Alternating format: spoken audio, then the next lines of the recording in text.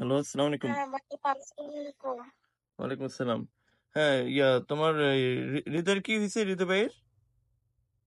ও হচ্ছে যে কালকে উম মানে ঈদের পর মানে সন্ধ্যার দিকে আরকি হ্যাঁ, আমাকে আমাদের বাসায় বাসাবো দিয়ে আসছে। দিয়ে আসার পরে বেগুনবাড়ি গেছে ওদের বাসায়। এটা কি মানে রাতের ওদের দিকে ঘটনা? এলাকায়। ৯:৩০ দিকে। মানে ও রাত হচ্ছে ৯:৩০। ৯:৩০ দিকে বেগুনবাড়ি আসছে। বেগুনবাড়ি আসার পর ওখান থেকে ১:৩০ এই বাসার দিকে এই মানে আমাদের বাসার উদ্দেশ্যে মানে মহানগর হুম, এখানে আসবে। বাসার উদ্দেশ্যে রওনা দিছে। হুম, তো হুম, তখন রওনা দেওয়ার পর মধুবাগের ব্রিজের ওই কোনাটাতে ও হুম। ওরে ধরছে। তো আর এটা কোন জায়গায়? ১০ জন মিলে মধুবাগের নাকি ধরছে। ব্রিজের ওইখানে? হ্যাঁ হ্যাঁ, কোনায়।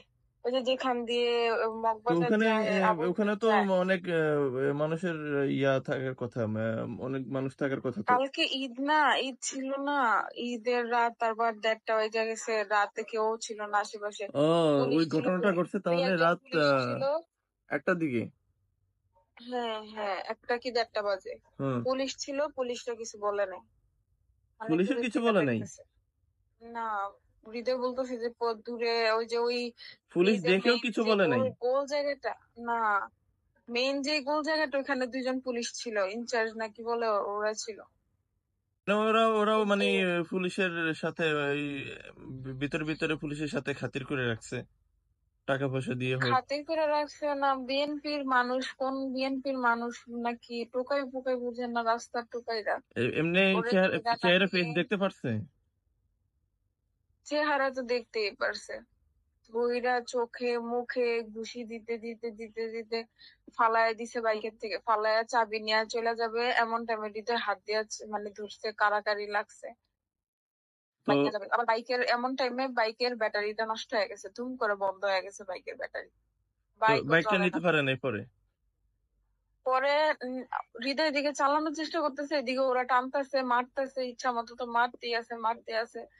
পরে কোনো মতে চলছে, আর পরে ও হচ্ছে কি মনে হয় এক টান দিয়ে পরে ওদেরকে ফালায় এক টান দিয়ে মানে হাসপাতালের দিকে গেছে।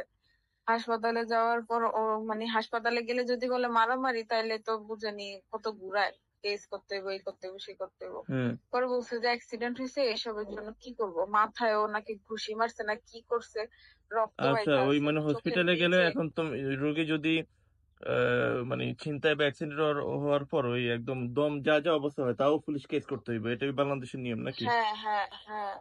ও, পরে আচ্ছা বলছে আচ্ছা। যে একটু অ্যাক্সিডেন্ট হয়েছে, বাইক অ্যাক্সিডেন্ট, এখন কি করব। তো যে আপনি ঢাকা মেডিকেলে যান, যায় ওখানে সিটি স্ক্যান করান। পরে বাসায় আসছে, বাসা আমি তো ছিলাম না, আমি এমনি তো কোনো সেই কিছু চুরি আমাদের টুরি তো বাসায়। করে নিয়ে যেতে পারে নাই আর? চুরি করতে পারে নাই আর কি, যে মারামারি কইরাই পরে হৃদয় মনে হয় টান দিয়ে এসে পড়ছে, হুম। মানে নিতে পারে নাই। আচ্ছা। এই আর কি, নেওয়ার ইচ্ছা ছিল বাইকটাই, মানে বাইকের চাবি হাতাহাতি কইরা টানাটানি কইরা আর কি। এতক্ষণে যার সাথে আমাকে কথা বলতে দেখেছেন ভিডিওতে, ইনি হচ্ছেন আমার কাজিন। তো সেই কাজিনের হাজবেন্ডের সাথে যে অনাকাঙ্ক্ষিত দুর্ঘটনাটি হয়, এই জায়গাটার নাম হচ্ছে বেগুনবাড়িয়ার মধুবাগের ব্রিজ। এই মধুবাগের ব্রিজের এখানে উনি ছিনতাইয়ের শিকার হন। তো সবচেয়ে আশ্চর্যের বিষয় হলো, যখন এই ঘটনাটি হয় সেখানে দায়িত্বরত কিছু পুলিশ অফিসার ছিল।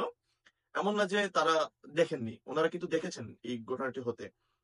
তো সেটা দেখার পরেও ওনারা একদম নিশ্চুপ ছিলেন, কোনো ধরনের অ্যাকশন বা কোনো কিছুই করেন নাই। তো এটাই আমার কাছে সবচেয়ে মানে অবাক করেছে যে সরকার আপনাদেরকে প্রতি মাসে মানে আপনাদের অ্যাকাউন্টে বেতন দেয়, আর আপনারা সেই বেতনের বিনিময়ে মানুষের জানমালের নিরাপত্তা না দিয়ে আপনারা রাস্তায় দাঁড়িয়ে দাঁড়িয়ে তামসা দেখেন। তাহলে আপনাদেরকে বেতন দিয়ে কি লাভ হলো? তো এর দ্বারা স্পষ্টভাবে প্রমাণিত হয় যে বর্তমান যে পুলিশ প্রশাসন বা অন্যান্য যেসব স্টেক হোল্ডার আছে, এরা ইচ্ছাকৃতভাবেই এই দেশের যে সার্বিক নিরাপত্তা ব্যবস্থা, এই নিরাপত্তা ব্যবস্থাকে একদম কোলাপস করে রেখে দিবে, যাতে করে বর্তমান যে সরকার আছেন সেই সরকারকে আরো চরমভাবে বিতর্কিত করা যায়। সেটার একটা বাস্তবিক প্রতিচ্ছবি এই ঘটনাটার মধ্যে আমরা বুঝতে পারলাম। এই প্রশাসনের লোক এরা কারা, কাদের হয়ে পাচাটামি করে, এগুলো আপনারা আশা করি বুঝে গেছেন যে কাদের হয়ে কাজ করছে। তো এইসব পুলিশ প্রশাসনদের প্রতি আমরা মানে চরমভাবে ধিক্কার জানাই। এদের প্রতি মানুষ কেন চরমভাবে বিরক্তি প্রকাশ করে এবং সকাল সন্ধ্যা তাদেরকে কেন গালি দেয়, ঠিক এই জন্যই গালি দেয়। আমি আমার কাজিনকে শেষের দিকে বলেছিলাম যে থানায় জিডি করে এদের বিরুদ্ধে একটা আইনানুগ ব্যবস্থা কিছু একটা নেওয়ার কথা বলেছিলাম। কিন্তু তারা সেটা করছে না। কেন করছে না সেটা তারা এবং আপনারা অলরেডি বুঝতে পারছেন। আজকে যদি এদের বিরুদ্ধে একটা আইনি ব্যবস্থা নিতে যায়, কালকে যে তার সাথে পুনরায় আবার কোনো খারাপ কিছু হবে না বা তাকে রাস্তায় ফেলে পুনরায় আবার তাকে মার্ডার করে ফেলবে না। সেটার কি গ্যারান্টি আছে? যেই দেশে পুলিশ প্রশাসনের বেল নাই, মানুষের জানমালের কোনো নিরাপত্তা নাই। তো সেই দেশে আইনি ব্যবস্থা নিলেও কি আর না নিলেও কি? এই যে আপনারা কথায় কথায় যে মুভ জাস্টিসের বিরুদ্ধে কথা বলছেন, আমিও কিন্তু মুভ জাস্টিসের পক্ষে নই। কিন্তু এই দেশের পুলিশ প্রশাসনগুলো তারা তাদের যেই কর্তব্য, সেই কর্তব্য যদি যথার্থভাবে পালন না করে, তখন এই দেশের মানুষ কি করবে?